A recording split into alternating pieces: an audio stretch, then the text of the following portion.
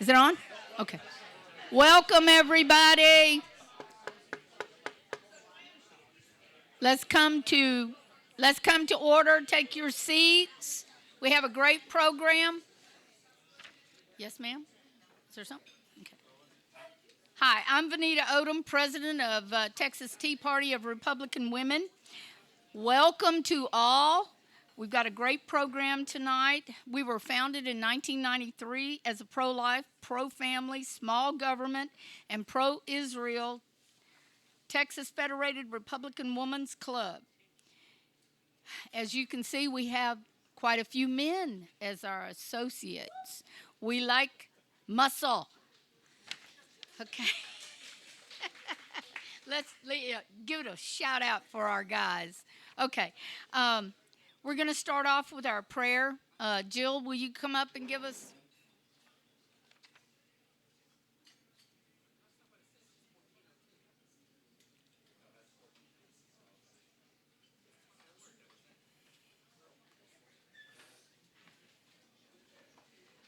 Okay.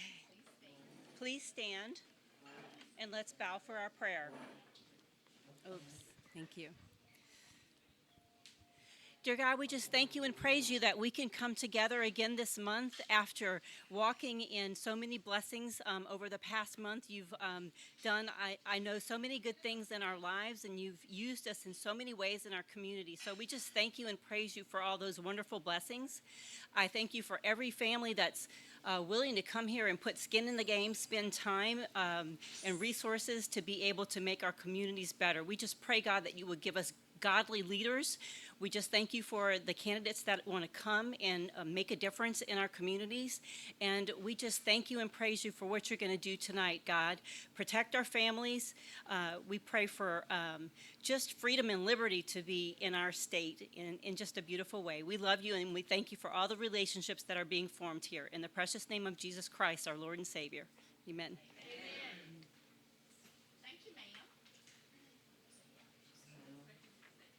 We're going to do the pledges. Stan and Russell are going to, thank you, Justin. Stan and Russell are going to do our pledges. All right. To the greatest country in the whole world, let's pledge to the United States of America. I pledge allegiance to the flag of the United States of America and to the republic for which it stands, one nation under God, indivisible, with liberty and justice for all.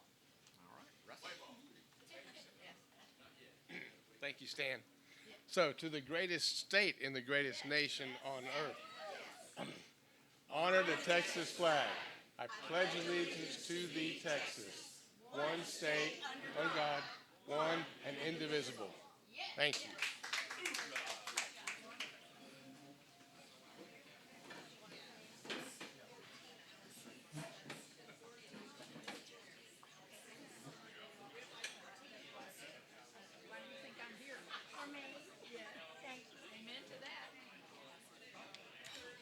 Okay.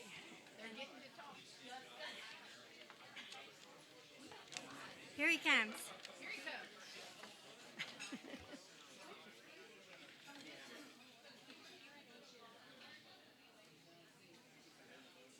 Okay. Will that work? Yes. Okay. Can you hear me? Speak up. Can you hear me? Okay. Holler out. I'll stand on my tiptoes. Okay, we are all so glad that you're here.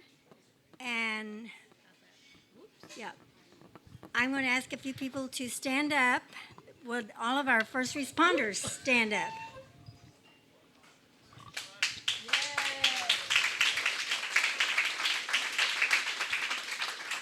Thank you, and thank you for your service. We depend on you. The next, we're honoring the military, veterans, current military, family of active military.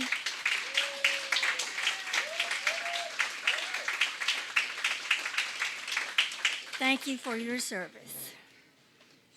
Elected officials and precinct chairs and others are going to, if you signed in the elected official sheet, I get to read your name. Elected officials, I only see one. I bet there's more than that here. But Jeff McGeorge, precinct 54. We love our precinct chairs. Yeah, I need all the precinct chairs to stand up, too. Whoa.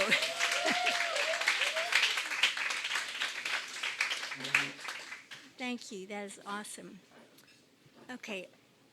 And we do have an elected official here that you're going to get to hear from later, but Rolando Garcia is SREC 15. And this is his first time at Texas Tea Party Republican Women. Yay. So you'll love us if you get to know us. You just need to come further than I-10 more frequently.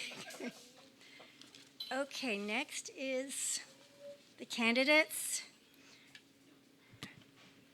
Okay, I'm going to introduce all of them, and then those that have runoffs or elections to come, I'll let you have a couple of minutes to speak. But Brenda Estes with SREC is running for SREC because Gail is retiring, or she's termed out. Okay, we'll get to hear from her. Dan Simons. Dan, I'm going to give you 30 seconds, at least. Yeah, or a minute if you insist.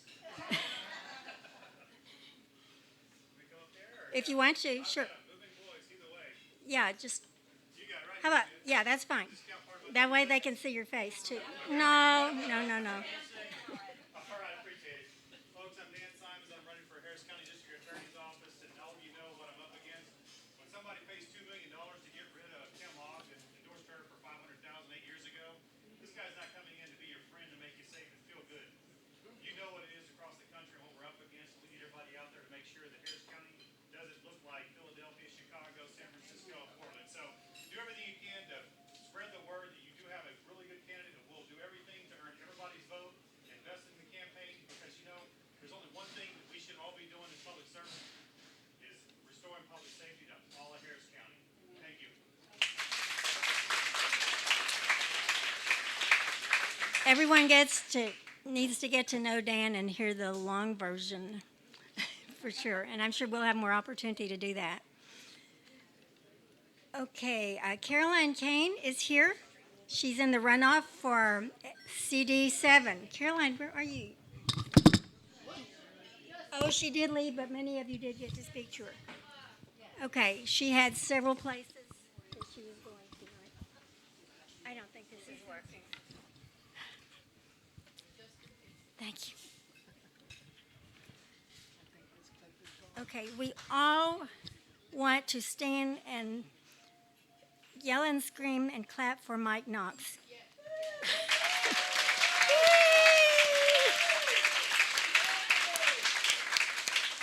And we'll be with you in the general, too. Got to make that happen. Okay. Yes. Kyle Scott is running for the HCAD board. And Kyle, I want to give you a couple of, at least a minute. So you want, yeah. So on May 4th, while the rest of the country is deciding which horse to bet on in the Kentucky Derby, Harris County residents get to decide who's going to serve them on the Harris County Appraisal District Board of Directors. My name is Kyle Scott. I'm running for the HCAD Board of Directors. If you are disappointed every year when you open up the valuation of your home, if you're tired of being disrespected when you go try to dispute those property taxes, I'm asking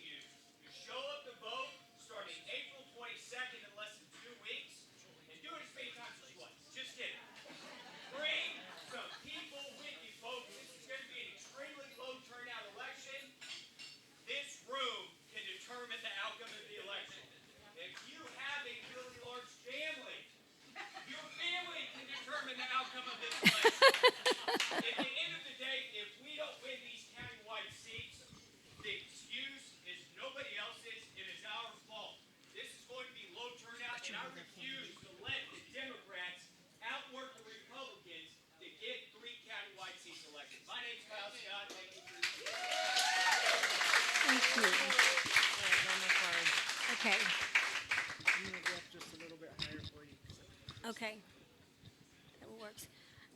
If y'all have heard Don't grab it. Don't grab it. Kyle Scott, I won't touch it. Okay. In the past and heard the long version, you know how outstanding he is. And we are so delighted that he's running for this, and we know he's going to get elected and be fabulous in it. So thank you. Next is, we have an ESD 11, that's Emergency Service District 11, which is in this area. And that election is coming up, I think it's May the 4th as well. But you have to go to a special place, and we'll be sending more information about that. We're gonna hunt them down. Yeah, we'll hunt you down. But we do have one candidate tonight who is here, Brian Gilman. Brian, is he still here? Okay, wonderful. Let's hear from you, and you can speak for everybody. I want to echo what Kyle has said. You know, the ESD election is one that most of y'all don't even know about. Most of the residents don't even understand the ESD and how it impacts your 911 ambulance service. I was a 30-year paramedic in the area. I served as the previous provider. I'm a local businessman. I've been in the community almost 30 years. I am really nervous where your 911 provider is going right now. The quality of service as far as response times, the amount of money that's being spent on that right now, really, really concerns me. Go to ESD 11, get yourself educated if you're not. My name's Brian Gilman. I'm running on the same day as Kyle, betting for the same type turnout. Your family can easily, impact this election as well. I think last year was 5,000 people voted. I think the winner got around 1,100 votes, so it's really small. This is my first foray into the public world running for something, so I appreciate your support against Brian Gilman. Okay, so Brian, if we go to your website, you'll explain the situation there. Is that right? The website, Brian Gilman for ESD 11 Commissioner, gives you a lot of the facts of where we are right now. Okay, thank you. And I'll get it to your group as well. Okay, thank you. If you will email it to me too, that would be great. Okay, we have a few more guests, and they are our SREC people, so I'm going to let Gail introduce all of them. I think I've got all those for political candidates. Okay, we have some guests that are here as guests to applaud and support our elected officials and candidates. One is Maureen Moore, guest of Gail.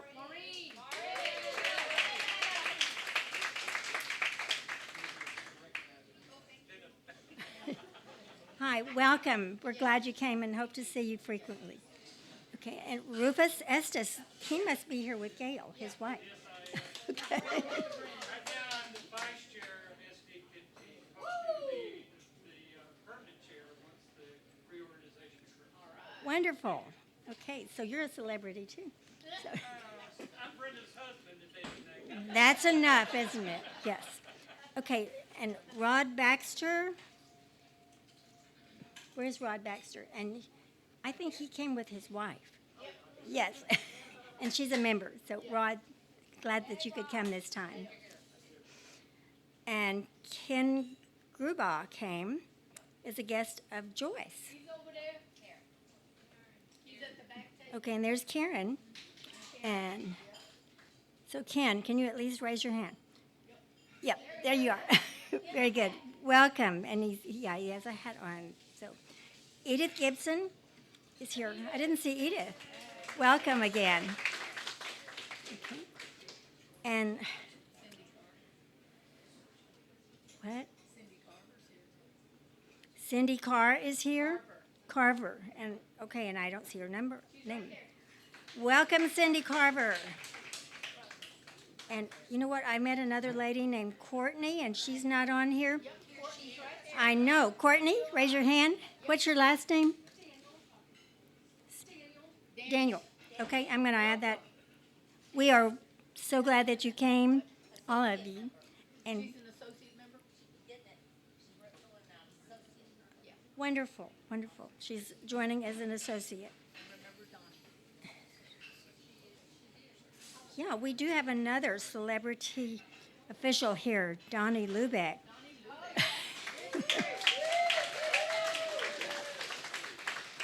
Okay, and Diane Moeller is here.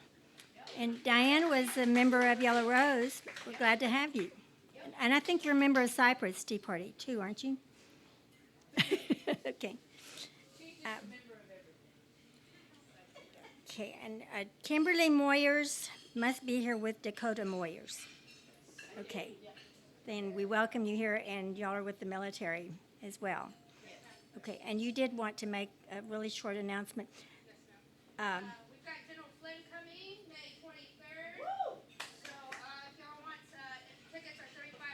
For a VIP tickets, $200. They are going fast.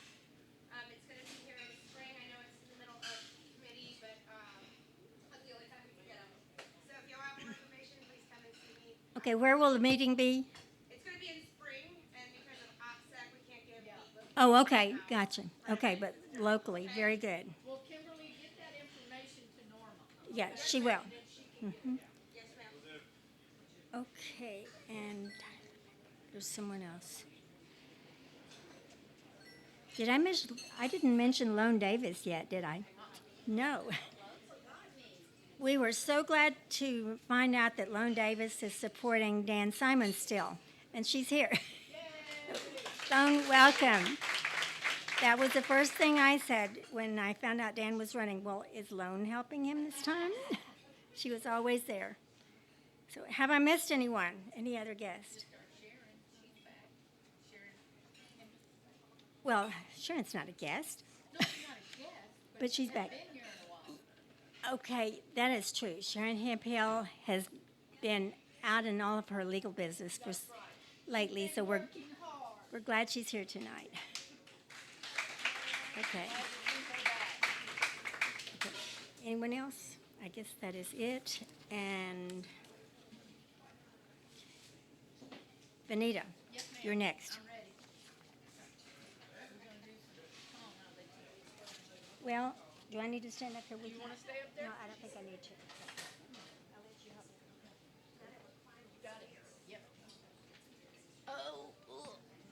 Guess what? The microphone fits me. Yay! Okay, we're going to have our reports, our TTPRW reports, and the announcements. But I just want to let y'all know I have some flyers on the election that you can take a picture of. You know, in other words, you know, we've got so many. We've got the uniform, we've got the runoff and all that. So it does get a little confusing. So I do have some flyers if y'all want to take a picture of it, and that way you've got it. I have the flyer right there. Oh, it's right here on Yeah. the corner. Okay. Okay. Let me have my treasurer. She's right here. Come up and give us our report. Hello. I'll come down. I'll scoot down a little bit. We have in our treasury cash on hand, checking account, and savings account $18,537, and your memberships and your donations are going to be used to help support these candidates you see here. So if you haven't renewed for this year or you want to donate, I'm asking you to do that, and I'm going to give you an update on our website. It has gone live. It's been up. It's TTPRW, which stands for Texas Tea Party Republican Women.com, C-O-M. And you can find a lot of information on there. In fact, there's information about the legislative update there as well.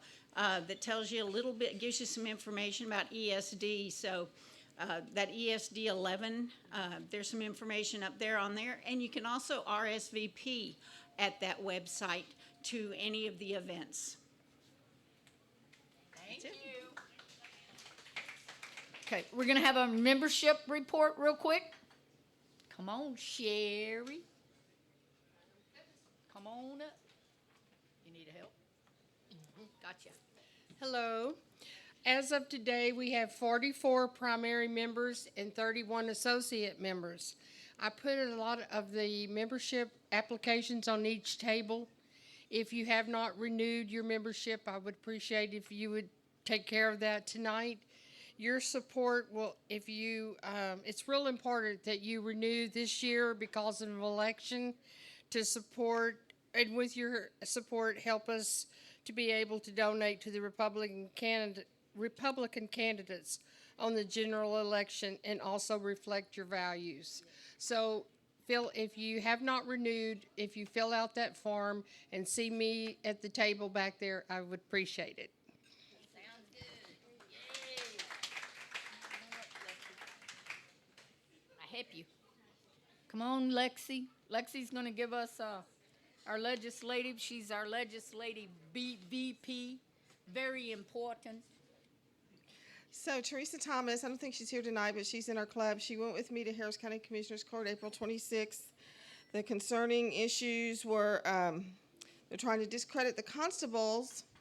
The Chronicle has been cooperating and putting a lot of bad things. I haven't read the articles, but I've heard this several sources in the Chronicle about the constables who actually do a very good job. And they want to put them under the Sheriff's Department so that way Rodney Ellis can have more control over them. So we don't want that. They're hiring, they withdrew the agenda item, but they're trying to hire law firms to revisit the O'Donnell decision. They're excited about the Universal Income Program, and today Attorney General Ken Paxton filed a lawsuit against Harris County because that is against the Texas Constitution. And one thing I've been concerned about as a small business owner is it passed that certain daycares, if they meet certain qualifications, which I don't know if that means if you know Rodney Ellis, they didn't explain what the qualifications were, don't have to pay property tax. Our small business has to pay property taxes. Daycare is a small business, so I don't know why they would be exempt. I'm trying to get a different Republican club, just getting this started, to go each meeting to the hearing for the Harris County Commissioners Club, and they meet once every 3 or 4 weeks. So if we can spread it out among us, then we'll get more attendance. We need to let them know that we do care about our liberties and support Tom Ramsey. That guy is just courageous and well-spoken, and they're all coming at him, and he just answers calmly and speaks up for Christian and democratic, and I mean Democrat, the original democratic principles of America for liberty. That ESD election, I'm going to put this, Brian Gilman just gave me this. I'm on the last table on the way out. I'll put this there. Please don't take it, but you can take a picture of it, look it up, where to vote. It's hard to find on their website, and depending on if you're going for the election notice from September 7th, 2023 or September 4th, 2024, and they may have different places to vote for the ESD election, for early voting, and for the day of the election. So do some research before you go vote, because their website is misleading, and it's hard to even find those misleading ads. I had to get Stan Stannard, our former Harris County clerk, to find it for me. You shouldn't have to have been in charge of elections in the third largest county in the United States to be able to find where to vote on the ESD 11 website. Early voting for the Harris County Appraisal District race starts April 22nd.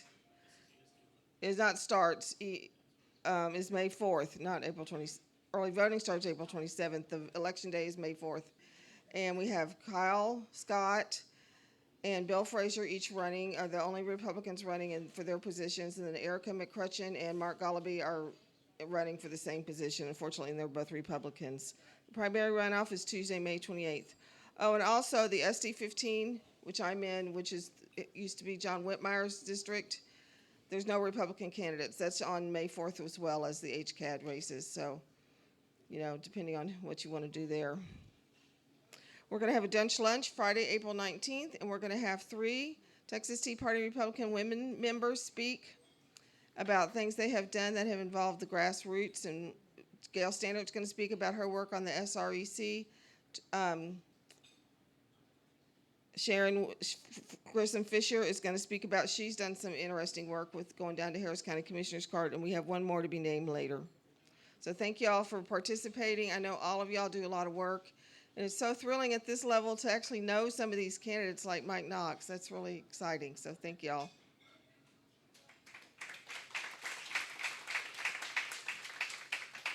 Okay, our Karen is coming up for our hours. She keeps our hours. Karen, it's a short, yeah. Okay, all duck. Okay, let's do it this way. All right. Okay, as Benita said, I'm Karen Grubaugh, and so I'm collecting hours and reporting hours, number of phone calls that you've made, number of hours. If you've gone to meetings, if you have done work on your own, if you've gone to any conventions, block walked, any of that that's coming up, anything that work that you've been doing, all of it counts. So if you can total it up for this quarter, so of course January through March, the deadline is coming up, is quickly approaching. That is Monday, has to be turned in. So if I'm sitting at the table by the archway, if you can drop by my table and want to find out my phone number to text me, get my email address, any of that works. If you're unsure or want to think about it later and all that, just if you can get it to Vanita, Gail, Diane, anybody can get that information to me. Okay. Associate members, associate members, it all counts because as together, our numbers are large as an organization if we all work together. Appreciate everything y'all do and can get it to me. Thank you. You're so good. I don't like that microphone. Okay, now we're going to have Kathy Turner come up, and she's going to tell us about some of our fundraisers. And Cheryl, come on up, honey. Come on. It's a dynamic duo.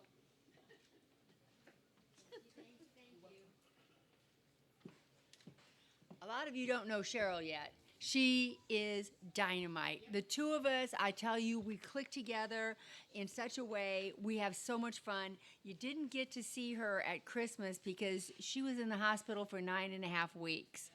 And she is back. How many? 12 weeks. Yes. And that all happened just before Christmas. So, and she's the cook. Listen, nobody died, okay? So. Ever had the gruesome twosome? What's that? Ever the gruesome twosome? The gruesome twosome? No, I'll come up with something better than that. Okay, but we're really excited because we have an event planned and we're going to be putting on the dog, okay? This is going to happen the Saturday after the 4th of July, which is great because you've got your big shindig all behind you and now you can just relax and show up at Glorious Way Church because that is our partner in purpose and that is where we are going to have what was going to be a spring thing. Now it is going to be a patriotic, and by the way, did I mention? Look at that. This is like a magic trick, and I suck.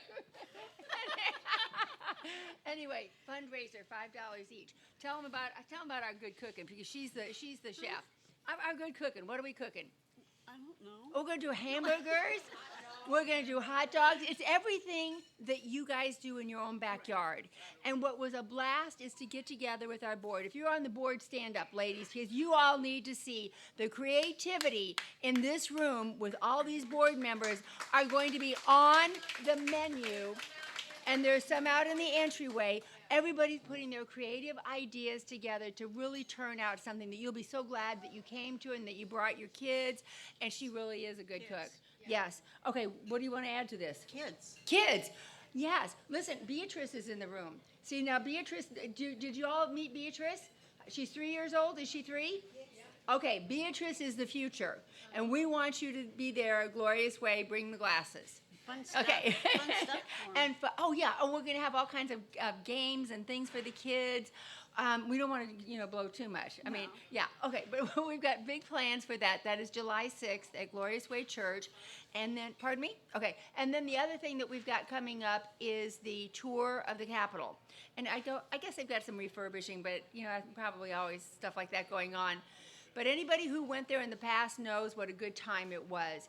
You don't want to miss that tour. We have a fabulous day, and Mike Schofield is the one that actually does the tour. He's extremely knowledgeable, but more than anything, he just really is very talented as presentation goes with the history. So that's fantastic. What do you want to add? I'm glad I'm here. All right, we're glad you're here too. Okay, everybody, thank you so very much, and please support our fundraisers because every penny that we raise goes to the candidates that we need. So thank you very much. The flag's $5. Yeah, we'll have a flyer out and we'll make sure that you can't hide, okay?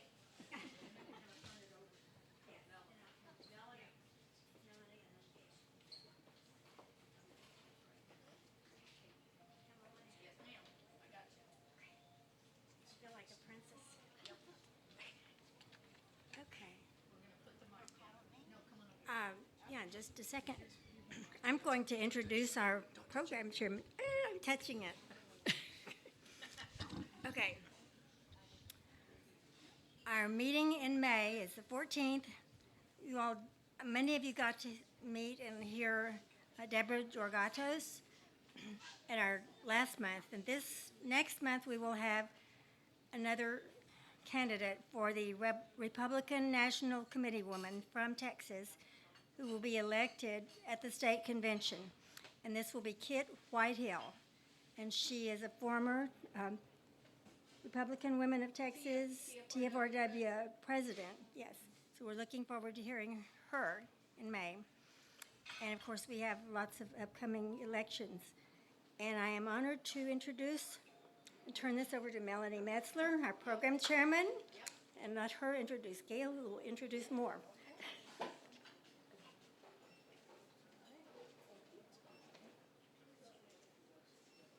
Hi, everybody. Thanks for coming out. This is a very important election, so make sure everybody votes, okay? Make sure you vote. So I'm here to introduce a most wonderful woman.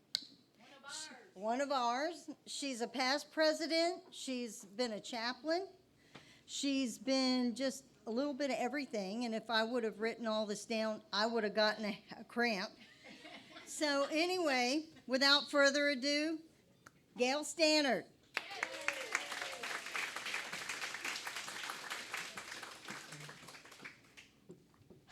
Thank you. We're so glad you're here tonight. We have a really interesting program, and we are going to we've never done anything like this before, but I'm not sure we've ever had the challenges, and we've got a race that's going on, and usually that kind of thing doesn't really develop until later for the state convention. Sometimes you get to the state convention and people are just deciding, oh, I think I'll run for that. But we have people that are serious about this, and they want to do what's best for their districts, and so we are focusing on Senate District 7 and Senate District 15. Most of the people in this room are in one or the other of those senatorial districts. Again, my name is Gail Stannard, and I am your state Republican Executive Committee woman for SD 15. I joined this club a long time ago, and you'll hear about me in a little bit. So we're going to ask for the two candidates for SD 7 committee man. They're going to be given the opportunity to speak, and they have 5 minutes to tell you all about themselves.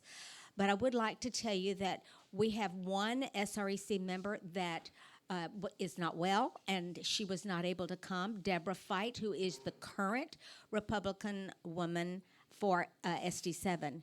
And but her husband, Ralph Fight, is now running for the committee man. So Ralph, would you please come up? And while he's coming up, I want to say that we need to give Ray a big round of applause for the new platform that we are now standing up where we can actually see you and you can see us. Come on up.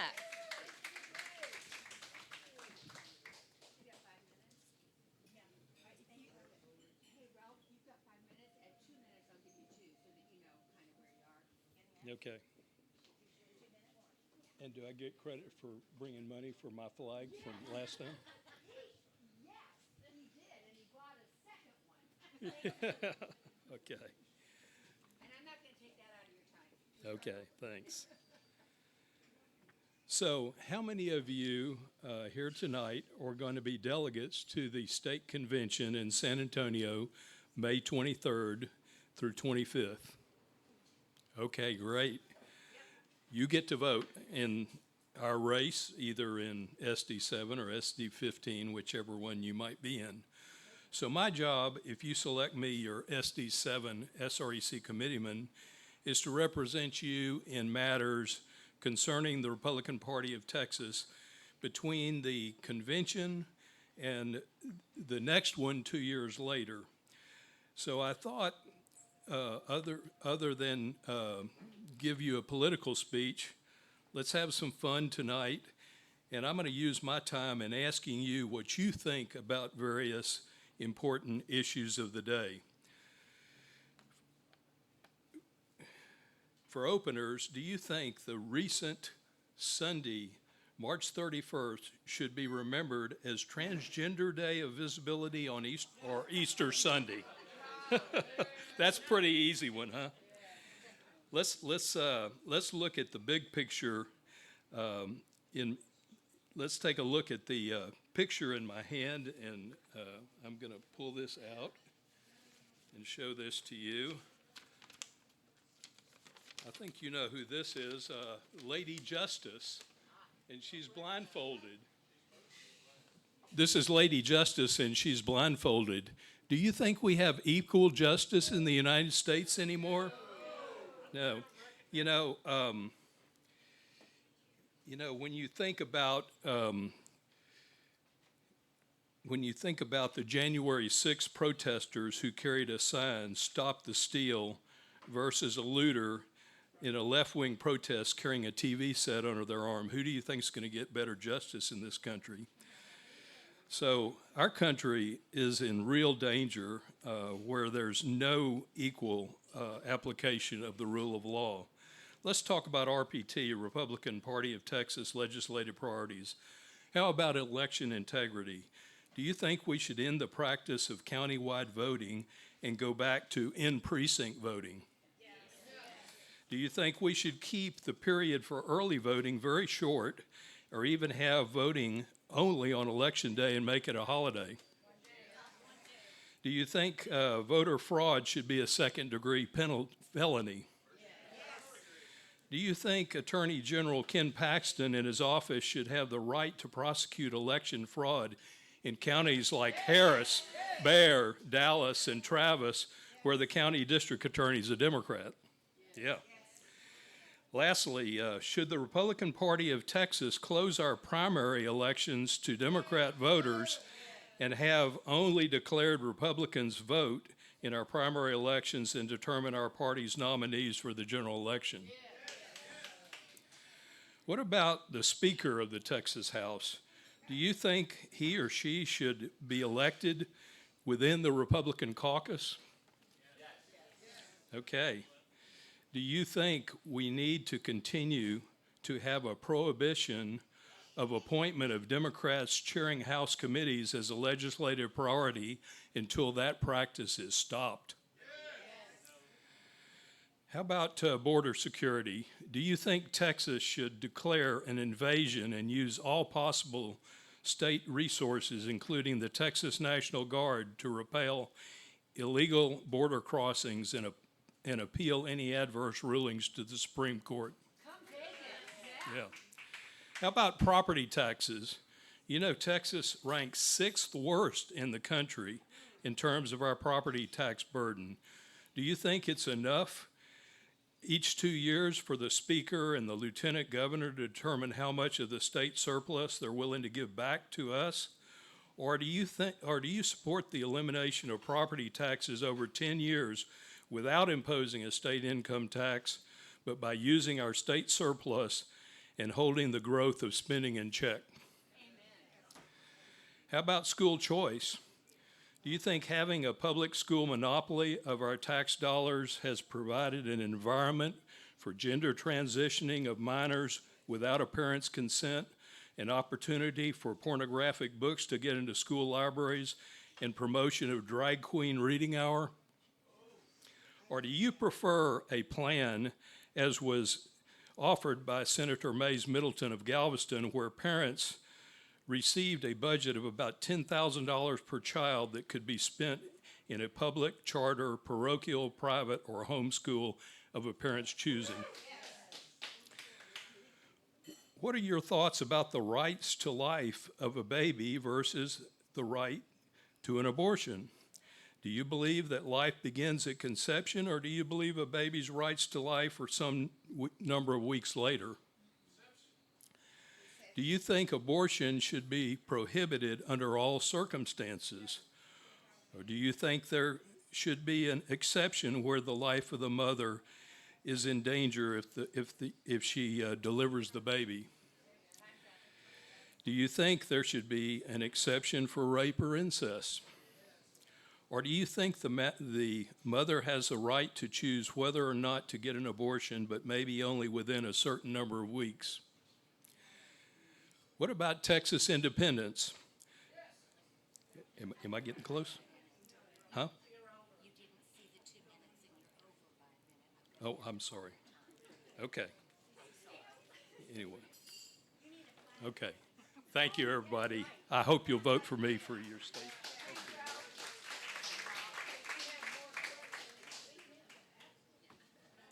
Thank you, Ralph. I first met Ralph a number of years ago because he's been a precinct chair for how long? Since Mike Huckabee and John McCain were running for president. Did you hear that? Since Mike Huckabee and John McCain were running for office, yeah. So just thought I'd mention that. And now, also running for the SD7 committee man is Mark McKay. Come on up, Mark. Mark is a relatively newcomer to me, but he's already been on an SREC committee in the past, some 10 years ago, so he has a little bit of experience. Why don't you tell us a little bit about yourself and tell us why we should vote for you? Thanks, Gail. Mark, I'm going to give you 2 minutes left and then a gentle wrap. Awesome. And I put Gail on. I'll try not to get the hook from Gail. But like Gail said, my name's Mark McKegg. I'm running to be your next state Republican executive committee man for SD7. Just a little bit about myself. I've been active in the Republican Party since I was in high school. Graduated from Texas A&M University and South Texas College of Law. I'm an attorney by trade. My main area of focus is helping businesses navigate the burdens of regulation that's imposed on them. But I also have a solid background in election and campaign law also, and I'm one of the few Republican lawyers in the state of Texas who successfully handled an election law case at the appellate level, which is experience I think is very useful to serving on the SREC. I've been a precinct chair in Harris and Fort Bend counties for approximately 15 years, and like Gail said, I previously served a term on the SREC when I was in law school from 2008 to 2010. For me, we have Dan Simons in the audience tonight. Right now, George Soros has invested, and his comrades from across the country, have invested tens of millions of dollars in the state of Texas over the last several years, including a lot of it here in Harris County through groups like the Texas Organizing Project, which bails criminals out of jail so that they can go commit crime again. Right now, 3 of the 5 biggest counties in the state have Soros DAs. If Soros is successful here with Sean Tier, and by golly, we're going to do everything we can to stop him, there'll be 4 of the 5 biggest counties in Texas that have a Soros DA. So while Soros has been investing tens of millions of dollars in the state of Texas over the last several years, over the last 4 years, the Republican Party of Texas infrastructure has completely deteriorated. So I am concerned that we risk being caught asleep at the wheel because this investment's being made. Our cash on hand over the last 4 years is down 43% in our federal account. 4 years ago at the same time, in our federal campaign finance report, we showed 34 employees on staff at the Republican Party of Texas. Most recent campaign finance report filed a few weeks ago showed 5 employees. That's not sustainable if we want to have the infrastructure to fight the left. For me, this is not a race about ideology. Everyone who wants to serve on the SREC, in my experience, is a solid conservative who wants to fight the left. But we have to be focused as a party on SREC members who want to build the party, work with Republicans, get the resources together, get the manpower together who understand that we're not going to agree on every issue, but we can work together to fight the left. So we need an effective party apparatus that can do that instead of being focused on internal battles and allowing the infrastructure to wither away like we've allowed it at the state party level over the last 4 years. One of the other numbers I was looking at as I was doing an analysis of the state party's finances over the last several years, small dollar fundraising in our federal account, lowest it's been at least in the past decade. Our total funds raised in the federal account, lowest since 2017. This is simply not sustainable if we want to grow our party and keep winning elections statewide. Fortunately, the Democrat Party has their own set of issues, but we can't simply rely on their incompetence to keep winning elections in our state. So this really requires folks on the SREC who are focused on actual party governance, who aren't afraid to ask hard questions, who aren't afraid to make sure that resources are devoted adequately and in a manner that's most cost effective for our donors, so that they have confidence that their funds are being used to elect Republicans and not being squandered. I've personally done a lot of work in South Texas and the Rio Grande Valley. For several years, I was the volunteer legal counsel for the Cameron County Republican Party. Had an opportunity to work with a lot of the candidates down there, working on a pro bono basis and helping them expose some of the wrongdoing by Democrats. In that position, I helped them file complaints that resulted in a Democrat state district judge getting a sanction from the State Commission on Judicial Conduct. We had Democrat candidates and donors that were fined nearly $20,000 by the Texas Ethics Commission. Here locally, you may have heard on the news several months ago about Texas Rangers investigation and Alina Hidalgo because of her endorsement of Sean Tier in the Democrat primary. That was me. I'm the one who filed that complaint. Last I checked with, thank you. Last I checked, it was still under investigation by the Texas Rangers. Hopefully they'll be taking action on that soon. And again, my name's Mark McKegg. If you're an SD7 at the convention, hope to have your vote. I've got some literature up here if you want more information about me and my campaign and my contact info as well. Thank you very much.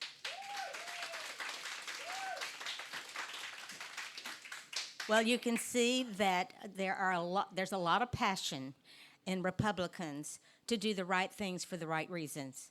So now I have the privilege of introducing the current SD7 committee man, and that is Tom Nobis. And I will take a little bit of liberty here to tell you that over the last 4 years, it is 4. Is it 6? It's 4? We have, because of where we live, even though we're in different districts, we were on the same committees, we had the same focus, and we rode together back and forth to Austin, to the SREC meetings, to the legislature on sometimes a weekly basis when they were in session. And we have partnered together, and I cannot tell you what Tom Nobis means to me, and the support, the wise counsel, the being able to work it through in a very calm, rational manner. Thank you, Tom. Can't wait to hear what you have to say.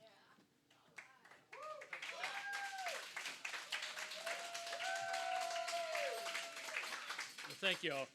So when Norma asked about this coming to present tonight, she said, what is the SREC? What do you do? And so I said, okay, well, let me come up with this. So it was like, I had 3 things. What do you have to do? What should you do? And what did I do? Okay, so what you have to do is run the Republican Party of Texas between conventions. You got to approve an annual budget. We need to expand our brand and get Republicans elected. That's our job. What you also should do is keep your constituents informed and active. work through committees to pass legislation and platform, provide sense of the party through resolutions, and help groups to support the Republican Party. And so what did I do?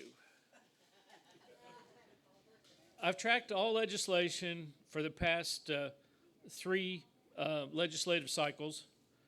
I talked to legislators, I testified on the legislation to get things passed, I informed constituents on elections and legislative and conventions, find precinct chairs for the open precincts in the district, and work with constituents to get them engaged.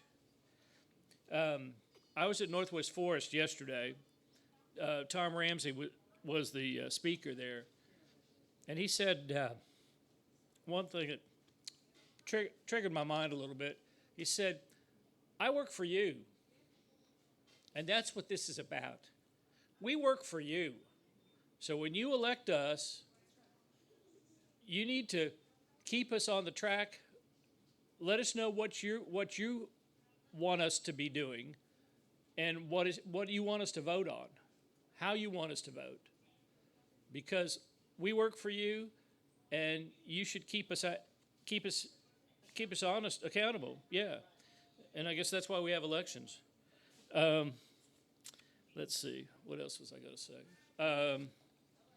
Then the other piece to this is, oh, well, no, we'll talk about that in a minute. Okay, so she didn't tell me how much time I had. Well, you're halfway there, baby. Okay, well, good. It was. Oh, I didn't get that one. Okay.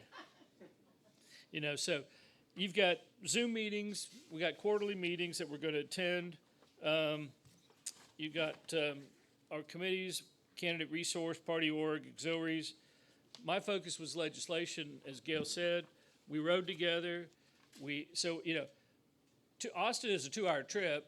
You get a lot of work done in 2 hours. And what else do I want to tell you? Well, actually, what I wanted to say is something else entirely, because, you know, we talked about the elections coming up. So I wanted to give you information on ESD 11. So early voting, you have to go to Steubener Airline to the administration building to vote there. On election day, you have to vote in your specific precinct locations. For the uniform election, for the HCAD, the closest election early voting place to here is Prairie View A&M on Grant Road. They've cut down the number of early voting locations to 23 countywide. You got that one, and you got one in Tomball. That's as close as, yeah. Just to keep that in mind. For election day for the HCAD, there'll be 81 locations. So that's elections, because I wanted to keep you informed. So I got off the track.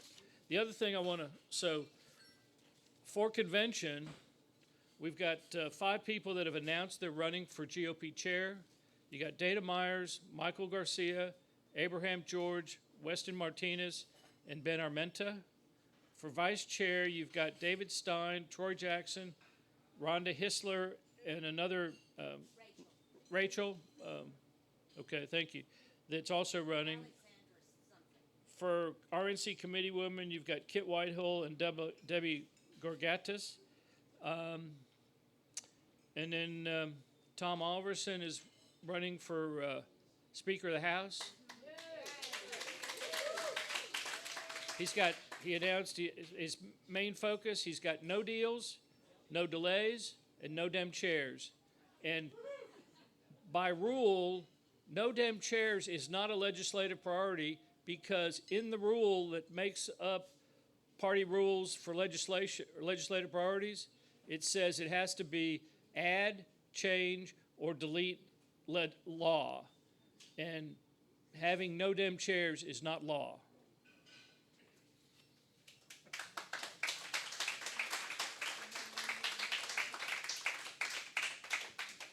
You know, once you get to be a politician, you like to talk, you have lots to say, and you have lots of opinions. Who has opinions, right? Everybody's got opinions, okay? And when you get behind the mic, you get to tell everybody else what to do. Okay. I'm guilty, so right now I am delighted to introduce to you Brenda Estes. I asked her 2 years ago to consider following me. I am term limited. Come on.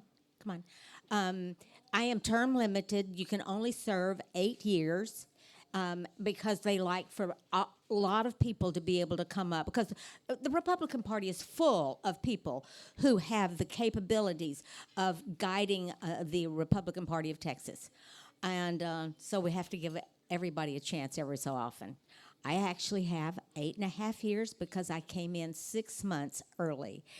So that's kind of rare. But I was also going to give Brenda a chance to come up, and she called me last summer and said, I think I might be interested. And I was on a cloud nine for a few weeks. Come on, Deborah.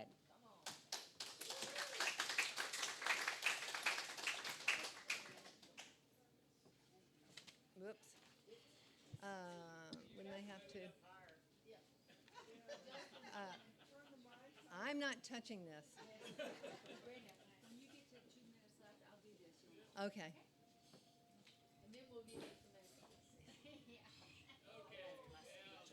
Yes, ma'am. Okay. Can everybody hear me? Okay.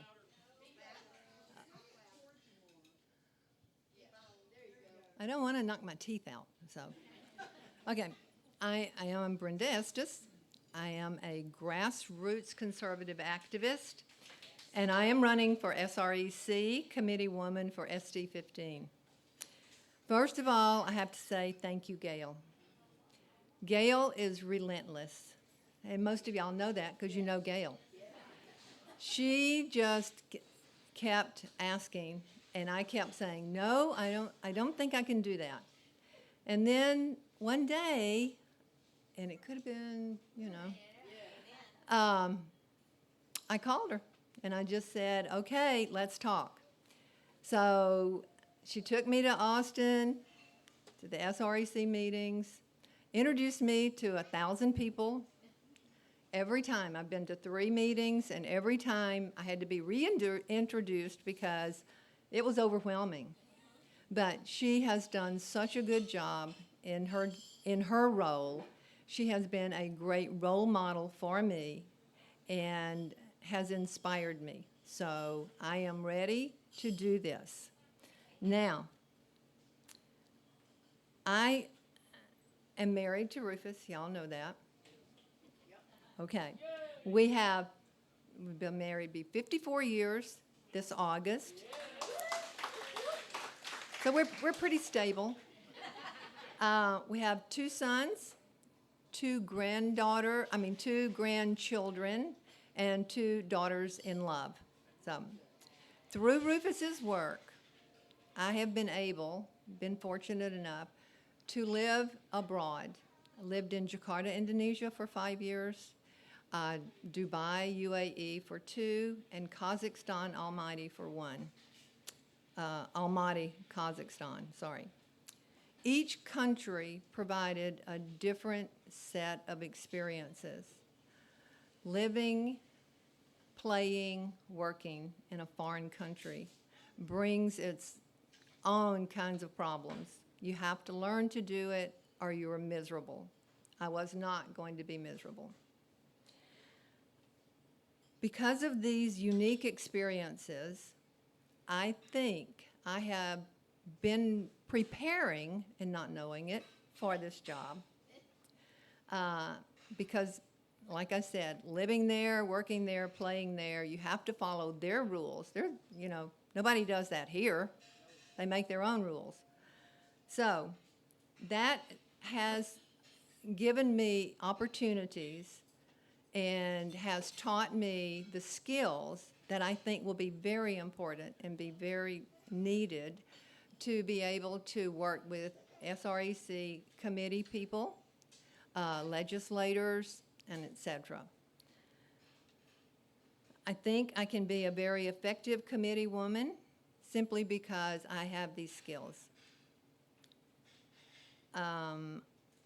Three things that I would like to work on: election integrity, growing Republican women's clubs in SD 15, and getting back to precinct voting in Harris County. Now, I'm a member of the ballot board, a ballot security committee, central count team, and I have firsthand knowledge of some of the things that have gone on at our elections. And one of the things I'm really proud to say is I worked with Alan Vera on ballot security. And one of the most important things in my mind that he taught me was vetting our election workers and our volunteers. So I'm a very firm believer in that, and I'm very strict when it comes to vetting. Stan has now filled the vacancy left by Alan. And I am very excited to work with Stan, and I will work with Stan and with all the rest of our committees and ballot security to try and get us back on the right track in Harris County. If I am elected, I'm confident that I can be an asset to the SREC Election Integrity Committee. Dana Myers talked this morning to our Pachyderm Club. She gave an excellent speech on her views, and I will tell you, we have got to get together on this. And I think hand in hand, legislative priorities and election integrity, they just have to be together. We can't separate them and not let them talk to each other. So, with Gail's help, I have a plan to grow the Republican Women's Club in SD 15. Is that it? It's over? Okay. Okay, all right. And I think it's very important because women play a vital role in the Republican Party. If we can give the women in SD 15 an opportunity to network with other like-minded women, I think we can strengthen and grow our party. Precinct voting, this is a tough one. It's got to be, first we got to get rid of the countywide voting, and then it's going to take legislation, and I know that, to bring us back to where we were. So I'm Brenda Estes, and I would appreciate your vote, your support, and we'll see you in San Antonio. Thank you.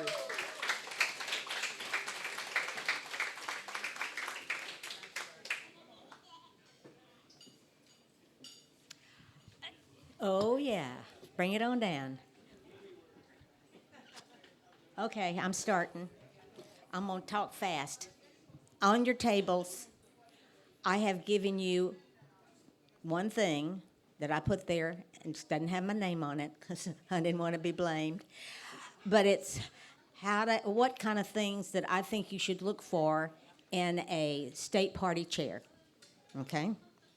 Take it seriously because we need to be very serious. We've got 6 people running. I don't know the name of the 6th person, so that's why nobody, but I understand there's one more person supposedly coming in. We could have people coming in and running right up to the last minute.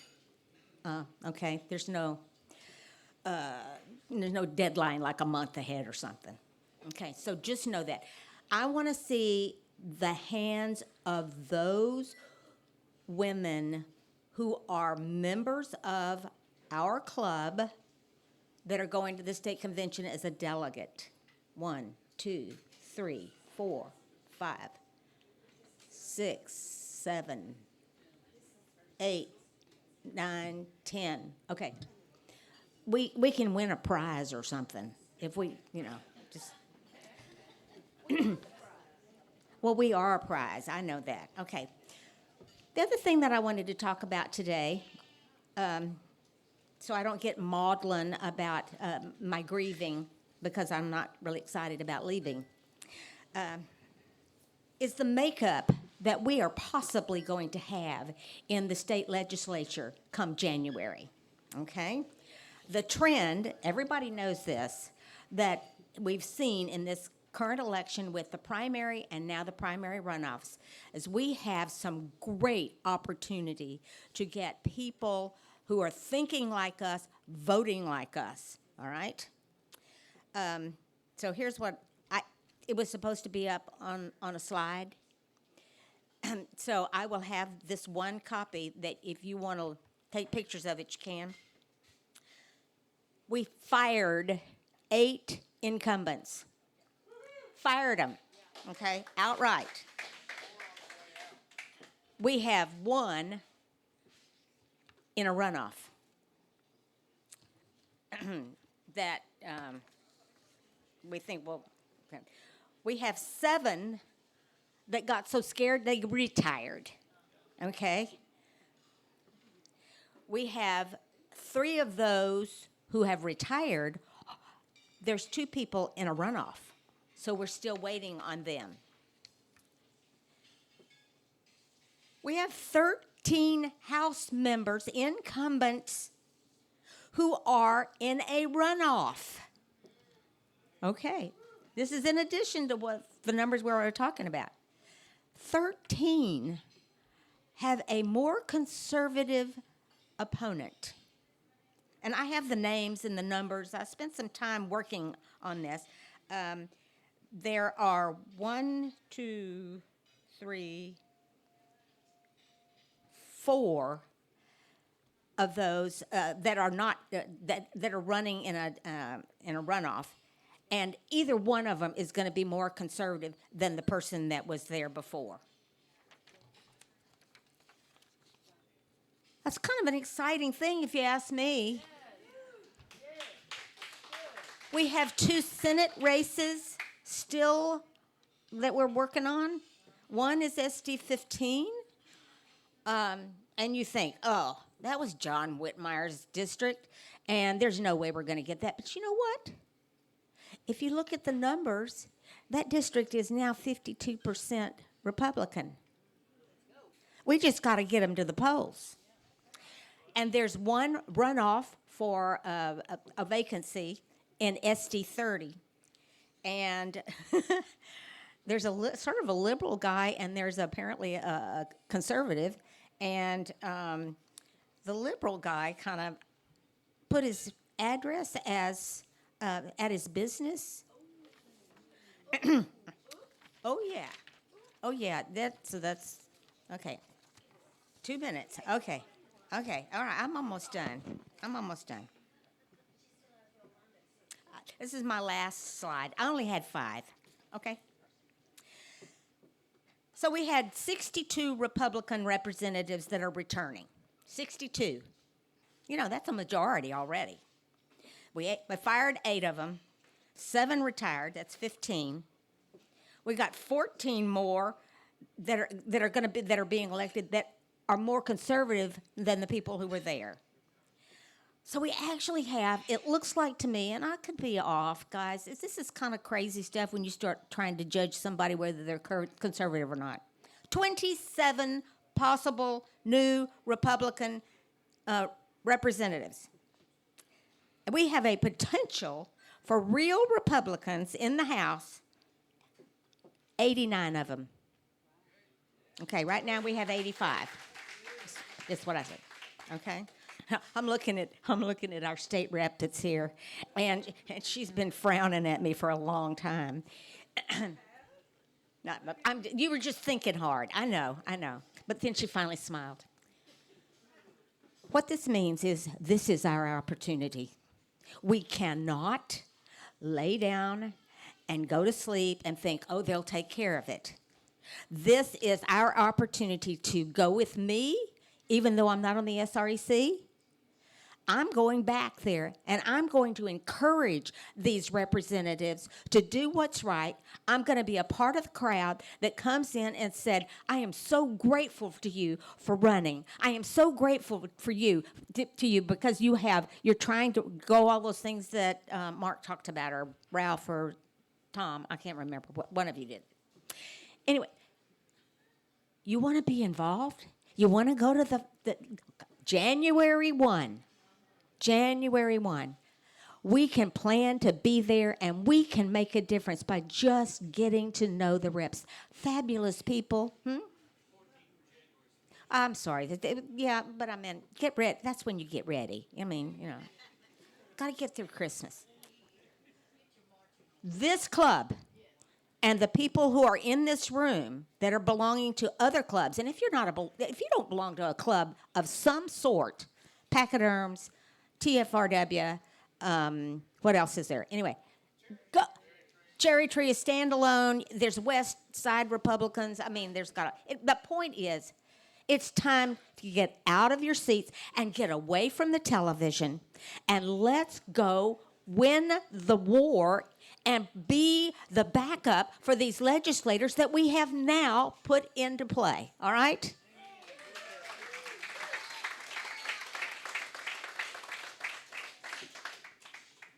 I am privileged to have as my counterpart in, I'm sorry, I went over, didn't I? Oh. We'll just take it out of Rolando's time.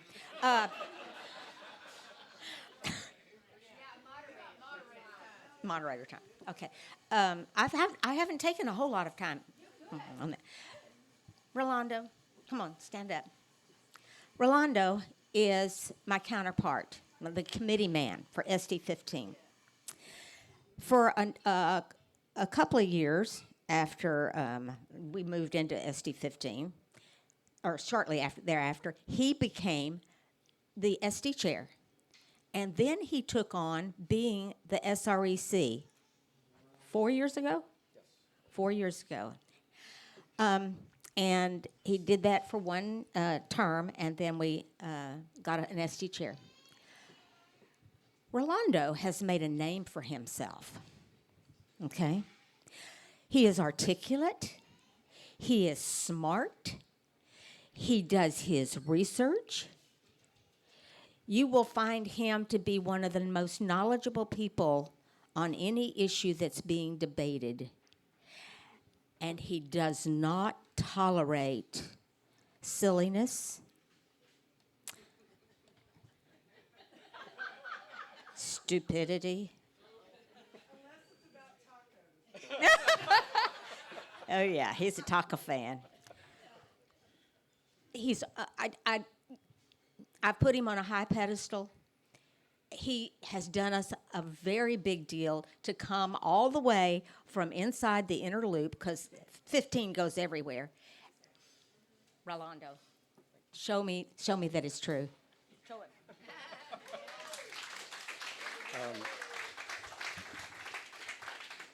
Thank you, Gail. For those who don't know me, my name is Rolando. I'm the State Republican Executive Committeeman for SD 15. Okay, thank you.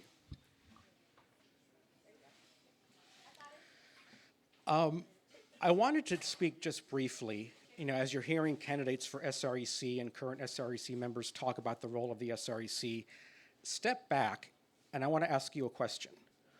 What is the role of the Republican Party? Well, obviously it's to elect Republicans, right? And to do that, you need to raise money. You need to work with our elected officials and our nominees. But that's not it, because the convention delegates that elect us as SRECs, they also expect the party to stand up for our principles, for our legislative priorities, and, when necessary, to hold accountable Republican elected officials who egregiously act against those principles. Those two things are inherently in conflict. So the question is, what is the balance? Hearing Ralph and Mark, you would think they were running for different offices, but they both represent two sides of that balance, and I would say you need both. What is the right balance? I will only tell you there's no easy answers, only trade-offs, okay? In the past 2 years, the state party has taken a strong stand for our legislative priorities. We voted to censure Dade Phelan. We've taken a strong stand against the House leadership that has stalled conservative legislation. And that's good. And you saw I think that bore fruit in the primaries. We're going to have a much more conservative legislature because of that. But that didn't come without a cost, okay? A lot of the major donors, establishment donors who had previously given to the party no longer give. And Mark is correct that we do have fundraising problems. Now, should we sell out our principles? No. But at the same time, we have to have resources to support our candidates. So all I would say to you is, as you evaluate SREC candidates, think to yourself what that balance is that we need to strike. And again, there's no easy answers, only trade-offs. The other thing to consider as you're looking at SRECs, and hearing Gail and Brenda, Gail is a perfect example, and Gail and Brenda, of spotting potential and talent in your activists and helping them along and helping them take leadership positions that maybe they didn't think they were ready for. And that's, as an SREC, that's what you need to do to train the next generation of grassroots leaders. And ideally, as an SREC, you should train your successor so that when you step aside, someone, at least one person, is ready to take your place. You need to be a discerning judge of who your activists are and how you reflect your Senate district. One of the most important things we do as SRECs is appoint people to the convention committees like Rules, Legislative Priorities, and Platform. I was on Platform for 4 conventions. I needed to find someone from SD15 to appoint to represent RSD. I don't take that lightly. Who can I trust? Who knows the party? Who reflects RSD? Well, I know Brian Vacris does that, okay? And that's why I asked him to represent us on Platform. Yes, we. You need to have someone who knows your activists and knows their strengths and knows how best their strengths can be used to help the party.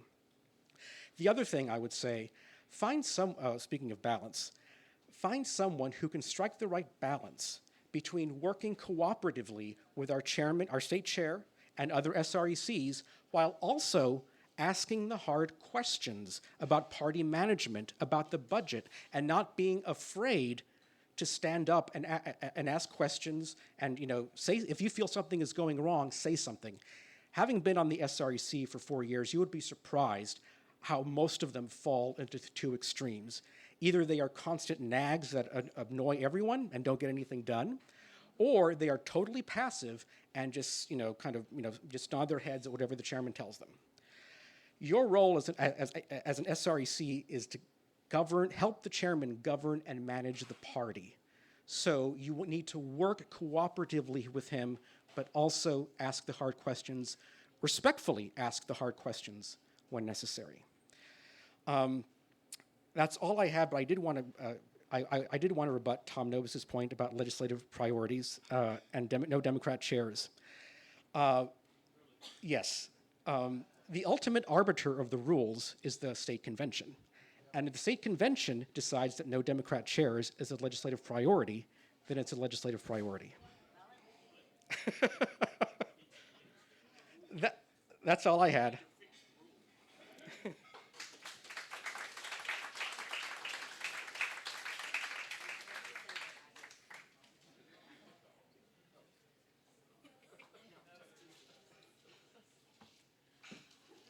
I want to, we're going to have a Q&A.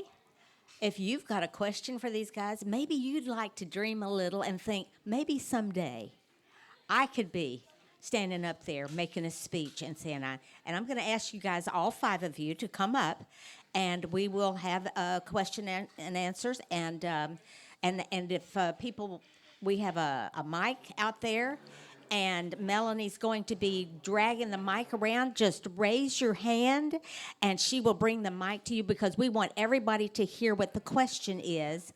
And we've got Maureen right over here, Melanie, right in the front. All right. No. I got short legs. Oh, no, you don't get out of not answering. Oh, come on.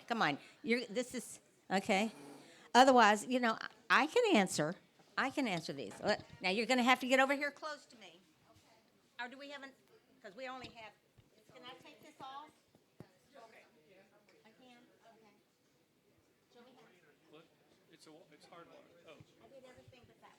Okay. All right. Are y'all going to stay down there because you think you're taller? I'd really rather have you up here if you don't mind. Okay. Yeah. I mean, yeah, we got a stage. Let's use it because I don't want to have to be stepping back and forth because I'm in charge of the mic up here. Okay. Okay, Maureen. Maureen. All right, I'm going to put them on I'm going to put you guys right up front here on this question. I have a favorite, and I need to know who your favorite recommendation is for the chairman of the Texas Republican Party. I haven't made a firm decision. I'm leaning towards Dana, but I haven't. That's not. I still wanted to talk to her further. But most of the candidates I like, they all have good qualities. I will say, I will never support Abraham George. I've worked with him. I know him, and if anyone wants to ask questions why, I'll tell you why. But I will never support him. Now you see, if you really want to know what Rolando thinks, you just ask him. Okay, well, I was at Cy-Fair Republican Women this afternoon. I endorsed Dana Myers there. I'm basically in the same camp as Rolando. I'm leaning toward Dana.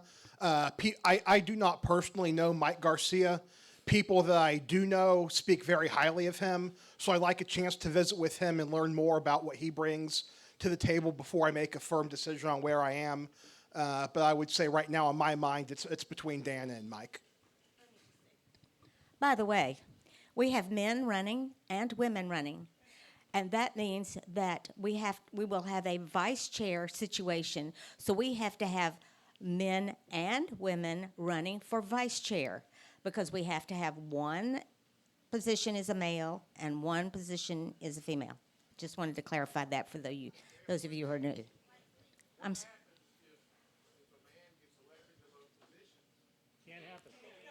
Once the chair position is elected, if a female is elected, only men can run for the. I am 100% behind Dana Myers. I have worked with her on lots of projects before she was RPT, so I really support her. I guess I'm going to be the different one because I will be supporting Abraham George.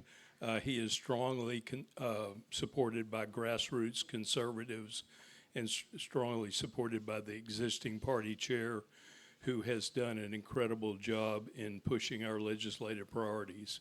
Thank you. And I will say that I begged Dana to run, and I endorsed her in January. Next question. Got a question. Okay. This year I've had a terrible situation with an HOA. I want to know what our chances would be to have zoning in Texas and get rid of HOAs. Does anybody have any clues on that one? That's not generally something in our bailiwick. I'm sorry. We're not prepared for that one. Okay, Melanie, bring in the mic. And who's going to be next question? I just got off the Houston City Council, so I'm very familiar with zoning. Who asked that question? Okay, so as it turns out, zoning is not a statewide issue. It's a local municipality issue. So if you want zoning in Houston, you have to get it in Houston or Dallas or San Antonio or Jersey Village or wherever it happens to be. There's no statewide zoning that's possible right now under our Constitution, I don't believe. So you'd have to either change the Constitution of the state of Texas and whatever. But zoning is a really bad idea because, it's just, there's many reasons why. But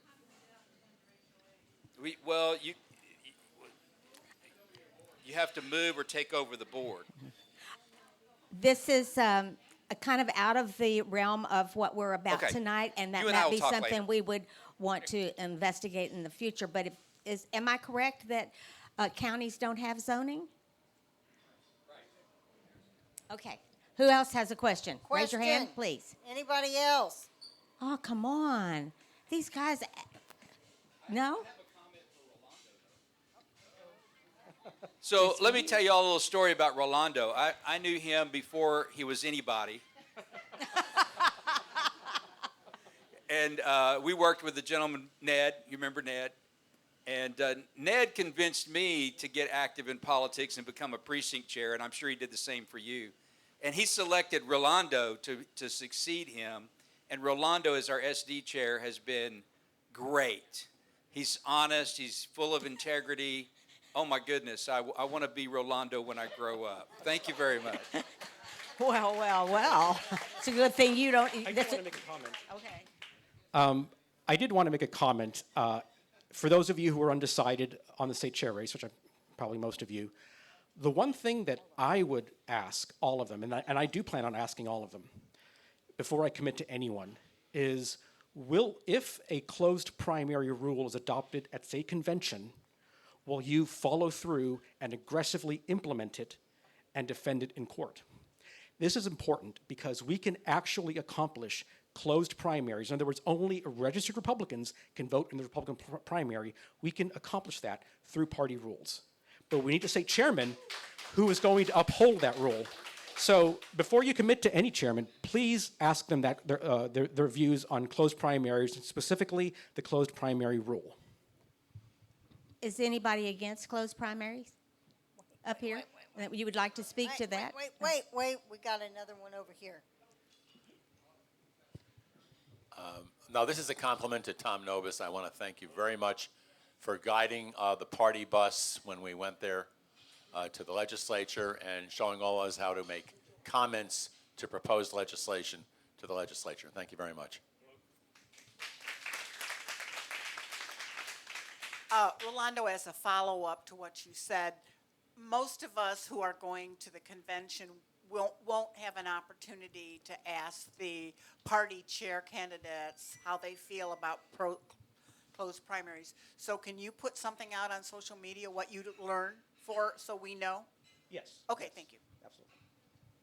Are there any other questions about what an SREC does or shouldn't do? So for those of you that are going to convention, if you go to the Rules Committee, that should be one of the items that come up before the Rules Committee is closed primaries. Hey, I have a question for Orlando. You're very popular. And it's a very important question. Are there going to be tacos at the convention? Well, you would think it's San Antonio, but Because I'll be right there with you. I love tacos. well, didn't Jill Biden say San Antonio is famous for its breakfast tacos? Or actually, she called Hispanics, or did she call Hispanics breakfast tacos? Which I took as a compliment.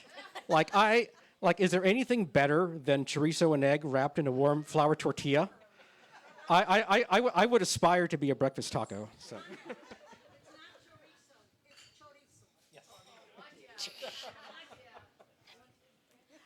Give these guys a really big hand of applause because they're putting out their time, their money for you. Thank you. We're grateful.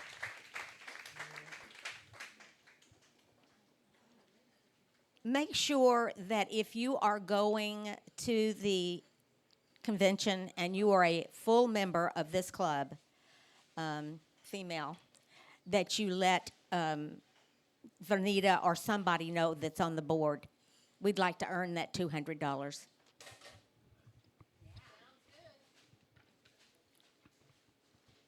Are we doing something else? Okay, I'm going away. Don't go too far.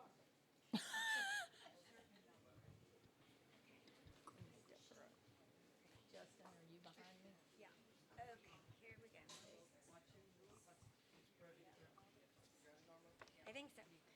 Okay, we have had another candidate arrive since we were introducing all of our guests and candidates. And Joe Trahan is running for SD's 15, yes, over this group. Yeah. So, Joe, we'll give you a couple of minutes to come up and talk about your campaign.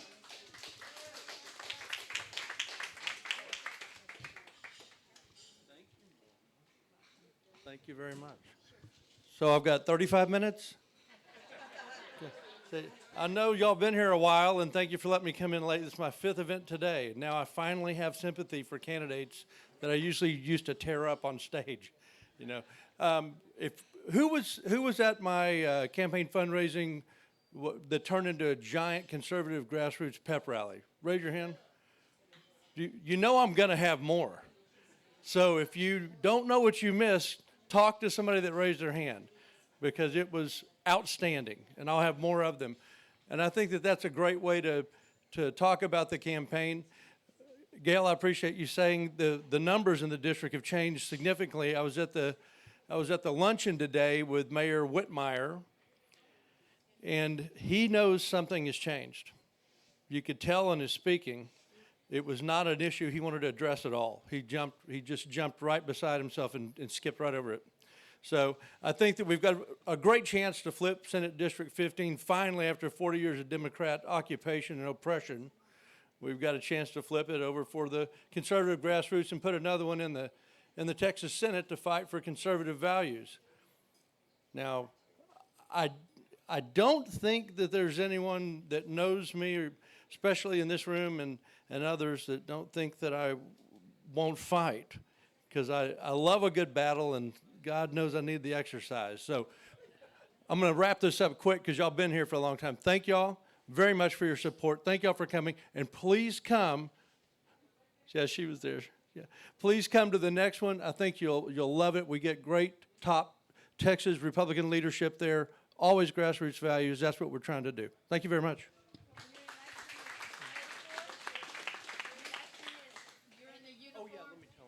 Yeah, a lot of people have asked me, am I running in the special? The answer is no. I'm a businessman. I can't do anything in the special. I can't do anything for 6 months, right? Because that special just fills the empty seat. The governor is compelled by state election code to go ahead and call that special election. There are 5 Democrats in the special. That'll be May 4th.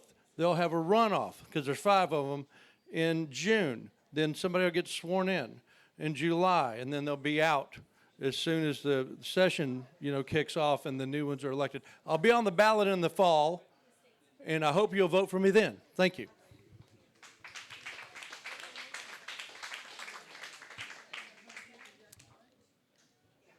We have a Dutch lunch that it's on the 19th of April. And I'm speaking, I learned tonight, and we're going to have 3 speakers, so tell me what you want to hear. Friday. It's on Friday the 19th, April the 19th. We will send out a notice about it. My favorite House District 150 is arrived. And she's also my niece. Valerie Swanson, she may be your state rep as well. So. And she's family, yes. So did you want to say a few words, Valerie? And she was an SREC for 8 years before she did this. And I used to go to the Capitol with her. Never dreamed that I would ever do it. And thank you, Gail. You have done a wonderful job, and Tom has too. And I just want to commend y'all that we could count on y'all to get in there and know the actual facts and really understand. Well, Rolando, but I mostly worked with you two, so I'm sure it all applies to Rolando too. So, because Gail would have made sure that he knew everything too. So, I'm sorry, Rolando's been around a real long time, so I'm kind of picking on him. So, we didn't have to explain why we can't pass every constitutional amendment anybody wants. Because 86 Republicans, 87 is less than 100. You have to get 100. We never had to explain the basics to them. They got in, they learned it, they understood what was going on and how to get things done, and they worked very graciously with legislators. They were welcome in every legislator's office, and I want to really commend them for that, because that's how you get your message out. If you are gracious and you know your subject, then they want to talk to you. They want to hear about it. And thank you so much for that. Thank you. Let's give both of them a hand. They really deserve it. outgoing SRECs. Stand up, Tom and Gail. Come on. Thank you. Yes. There you go. Yes. We expect to still see y'all there. Yes, our door is open. And I do want to commend all of you. If you're a delegate or alternate, make sure you get to stay. Alternates will get seated and be able to vote. It's just as important for alternates to go. And I do want to announce that I have endorsed Mike Garcia for state chairman. And I know him very well. He was our executive director of Texas Freedom Caucus this last session and for about 2 years, and he is fabulous. He's an attorney who really knows his stuff on all the legalities on how to write bills, how to do all these things, how to defend them. And he will be able to unite the party. We have a lot of division right now, and I want to see somebody who can go in there and work for everybody. Mike Garcia is a rock solid conservative. He is younger. He can help us pull in the young people's vote while keeping all the rest of us, and he can really help us bring in the Hispanic vote. We've got to take advantage of what Trump's doing, flipping people in the valley, Hispanics everywhere. We've got to take advantage and turn those into Republicans and get them voting Republican all the way down the ballot. Build the party in those areas, get them involved. And I do believe that Mike Garcia is the one who can do that. Just thank you so much. Thank you, Representative Swanson. She certainly represents us well. She is one that walks the talk. When she talks about being gracious and she's strong, she knows her stuff, but she doesn't give up. No, she's a fighter. Okay, I'm going to step up here. So. And she's a Republican woman from Texas, Tea Party Republican women. That's right.